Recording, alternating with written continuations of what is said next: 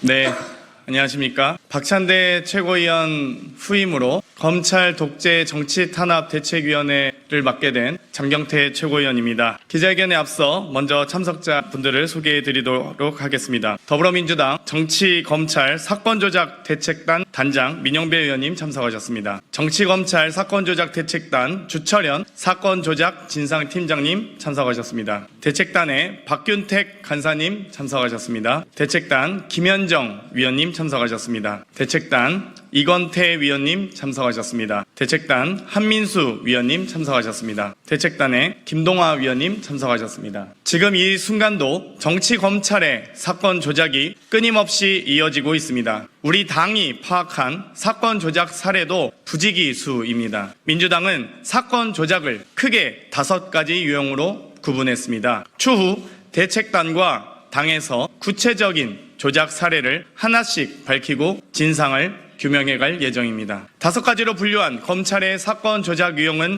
아래와 같습니다. 첫째, 수사 조작입니다. 검찰의 주장을 억지로 꿰 맞추기 위해 공문서 등을 조작한 행태입니다. 둘째, 진술 조작입니다. 이화영 부지사를 회유, 협박하여 진술 조작에 나선 것이 대표적입니다. 셋째, 증거 조작입니다. 대장동 재판에서 검찰이 위례 신도시를 윗 어르신으로 녹취록을 조작한 사례가 있습니다. 넷째, 증거 기록 조작입니다. 재판 증거를 조작해 사법부를 유린하고 피고인의 방어권을 침해한 사례입니다. 다섯째, 사실 조작입니다. 명백한 사실을 왜곡하고 짜집기하여 실존하지 않은 허위를 창작한 행위입니다. 오늘은 이 중 수사 조작과 관련해 이재명 당대표 공판에서 검찰의 공문서 조작 논란에 대한 기자회견을 개최하도록 하겠습니다. 이어서 민영배 단장님의 발언이 있겠습니다. 저희가 정치검찰의 사건 조작 특별대책단을 발족시킨 이유가 바로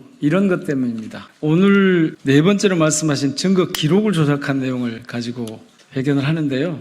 이어서 이런 내용의 조작들에 대해서 저희들이 앞으로 특검도 할 거고, 그리고 계속해서 증거를 제시하면서 폭로를 해갈 겁니다. 저희들이 짐작을 했습니다. 왜 이렇게 자료를 제출하지 않는가? 왜 이렇게 면담을 하자고 그러면 피하는가? 다 그동안 검찰이 정치적인 목적으로 사건을 활용해왔기 때문에 그 진실이 드러나는 게 두려워서 지금까지 피하고 있었던 겁니다. 저희들은 앞으로도 현장 대책이도 하고 또 이런 자료들을 계속 수집하고 그 결과에 따라서 필요하면 특별 검사를 임명하는 법안을 발의하기도 하고 제도 개선 방안도 고민하고, 특히 이런 사건 조작에, 정치적 목적인 사건 조작에 나섰던, 앞장섰던 혹은 주도했던 그런 검사들에 대한 탄핵과 징계 절차를 밟아 나가도록 할 것입니다. 저희가 직접 징계할 수 없기 때문에 입법부가 할 수 있는 방법을 찾아서 실행하도록 그렇게 하겠습니다. 이제 오늘은 표지가리 공문조작, 허위 진술을 주도한 검찰에 대해서 어떤 상황이 있었고 앞으로 어떻게 갈 것인지 회견문을 우선 낭독한 다음에 밖에서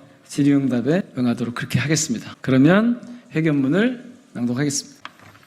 예, 반갑습니다. 서대문갑 김동아입니다. 표지가리, 공문조작, 허위진술 유도한 정치검찰, 진실규명 책임자 처벌로 바로 잡겠습니다. 전입가경 갈수록 태산입니다. 검찰의 조작 수사는 이화영 전 경기 부지사 불법 해외와 협박에만 국한되지 않습니다. 이미 우리 대책단에는 여러 제보가 쏟아지고 있습니다. 하나씩 차근차근 살펴나가고 있습니다. 반드시 정치검찰의 못된 버릇을 뿌리 뽑겠습니다. 지난 3월 공판 과정에서 충격적 사실이 드러났습니다. 이재명 당대표 공판에서 검찰의 공문서 조작 논란이 밝혀졌습니다. 검찰은 문서의 겉장을 바꾸는 소위 표지가리 수법을 이용했습니다. 결제받은 문서의 표지와 결제받지 않은 문서의 내용을 짜집기했습니다. 위법한 공문서 위조로 참고인을 농락해 허위 진술을 끌어냈습니다. 결론 정해둔 짜집기 수사의 표지가리, 짜집기 공문까지 동원했습니다. 그동안 검찰은 이재명 대표의 혐의 입증에 최모 전 성남시 기업 지원 과장의 진술을 제시했습니다. 2015년 이재명 성남시장의 호주, 뉴질랜드 출장에 김문기 전 성남도시공사 차장이 동행했다는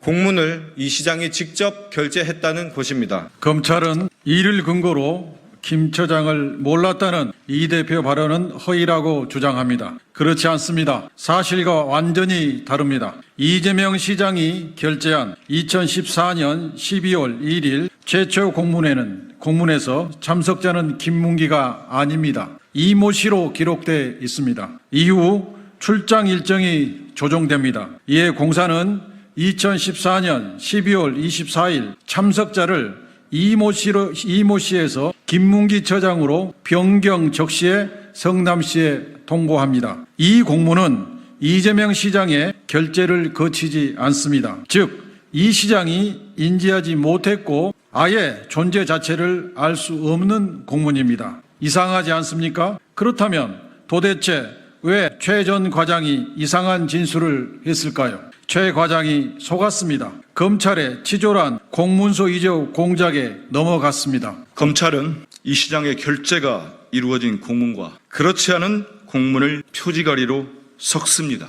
2014년 12월 2일자 문서 표지에 2014년 12월 24일자 속지를 짜집기에 새로운 문서로 생성한 것입니다. 검찰은 최 과장 신문 때 이 문서를 들이댑니다. 더욱이 공문을 직접 보여주지 않고 흐릿한 TV 화면 캡처본만 제시합니다. 최 과장은 검찰의 의도대로 속았고 검찰이 원하는 대로 진술합니다. 그렇게 검찰은 김문기가 참석자로 적시된 문서를 이재명 당시 성남시장이 결재했다는 허위 진술을 확보합니다. 군부 독재를 포함한 그 어떤 정권도 이렇게 타락하진 않았습니다. 제 아무리 정치검찰이라도 이리도 저열할 수는 없습니다. 제1야당 대표를 악마화하고 범죄자 프레임을 씌우겠다는 못된 심보의 반복적 사건 조작을 용서할 수 없습니다. 우리는 똑똑히 기억합니다. 이미 검찰은 서울시 공무원 간첩 조작으로 대법원에서 공소권 남용 판결을 받았습니다. 마땅히 주권자께 석고대죄해야 합니다. 그럼에도 반성은커녕 여전히 증거 조작에 나선다는 사실에 경악을 금치 못합니다. 정치검찰은 반드시 실패합니다. 정적제고라는 목적 수사에 현명한 주권자는 속지 않습니다. 윤석열 정권과 정치검찰은 집요하게 이재명 대표 죽이기에 나섰지만 지난 4월 10일 총선의 민의는 어땠습니까? 우리 대책단은 다짐합니다. 이화영 전 부지사 사건 조작은 물론 검찰의 성남시 출장 공문 표지가리 실체를 철저히 파헤쳐겠습니다. 진상 규명을 위한 특검 추진 등 모든 수단을 동원하겠습니다. 국민과 함께 진상을 밝히고 책임자 처벌을 이끌겠습니다. 무너진 형사사법 체계를 바로 세우고 나라의 정의를 되살리겠습니다. 함께 힘 모아 주십시오.